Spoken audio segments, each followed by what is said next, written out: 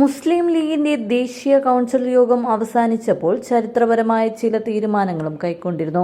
ഇതുവരെ സ്ത്രീകൾക്ക് പ്രവേശനമില്ലാതിരുന്ന മുസ്ലിം ലീഗിന്റെ കേന്ദ്ര കമ്മിറ്റിയിലേക്ക് 2 വനിതകളെ ഉൾപ്പെടുത്തി എന്നതാണ് ആ തീരുമാനം. കേരളത്തിൽ നിന്ന് ജയന്തി രാജനും തമിഴ്നാട്ടിൽ നിന്ന് ഫാത്തിമ മുസ്ഹറുമാണ് വനിതാ പ്രതിനിധികളായി ദേശീയ കമ്മിറ്റിയിലെത്തിയത്. ഇരുവരും അസിസ്റ്റന്റ് സെക്രട്ടറിമാരായാണ് ഇനി ലീഗിന്റെ ദേശീയ കമ്മിറ്റിയിൽ പ്രവർത്തിക്കുക. ആരാണ് ജയന്തി രാജൻ? ദീർഘകാലമായി ലീഗിന്റെ പ്രവർത്തകയാണ് ജയന്തി രാജൻ. വയനാട് ഇരളം സ്വദേശിയാണ് ജയന്തി.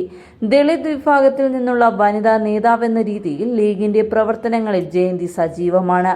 പനമരം ബ്ലോക്ക് പഞ്ചായത്ത് അംഗമായി ജയന്തി പ്രവർത്തിച്ചിട്ടുണ്ട്. പുൽപ്പള്ളി ഗ്രാമപഞ്ചായത്തിലും പ്രവർത്തിച്ചിരുന്നു. നേരത്തെ ചേലക്കര നിയമസഭാ സീറ്റ് ലീഗിന് കിട്ടുകയാണെങ്കിൽ അവിടെ മത്സരിപ്പിക്കാൻ പാർട്ടി ജയന്തിയെ പരിഗണിച്ചിരുന്നു. കോങ്ങാട് സീറ്റിലും പരിഗണിച്ചിരുന്നു. വനിതാ ലീഗ് ദേശീയ പ്രസിഡന്റാണ് അസിസ്റ്റന്റ് സെക്രട്ടറിയായി തിരഞ്ഞെടുക്കപ്പെട്ട ഫാത്തിമ മുസഫർ.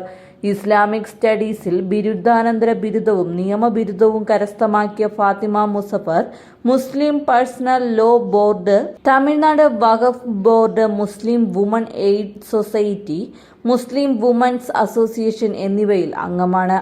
മുസ്ലിം ലീഗ് ദേശീയ പ്രസിഡന്റായി തമിഴ്നാട് മുൻ MP പ്രൊഫസർ KM ഖാദർ തുടരും. രാഷ്ട്രീയ ഉപദേശക കമ്മിറ്റി ചെയർമാനായി പാണക്കാട് സയ്യിദ് സാദിഖ് അലി ശിഹാബ് തങ്ങളെയും തിരഞ്ഞെടുത്തു. PK കുഞ്ഞാലിക്കുട്ടിയെ തന്നെ വീണ്ടും ജനറൽ സെക്രട്ടറിയായി തിരഞ്ഞെടുത്തു. ET മുഹമ്മദ് ബഷീർ MP ദേശീയ ഓർഗനൈസിംഗ് സെക്രട്ടറി. ഡോക്ടർ അബ്ദുസമദ് സമാധാനിയെ സീനിയർ വൈസ് പ്രസിഡന്റായും PV അബ്ദുൽ വഹാബിനെ നാഷണൽ ട്രഷററായും തിരഞ്ഞെടുത്തു.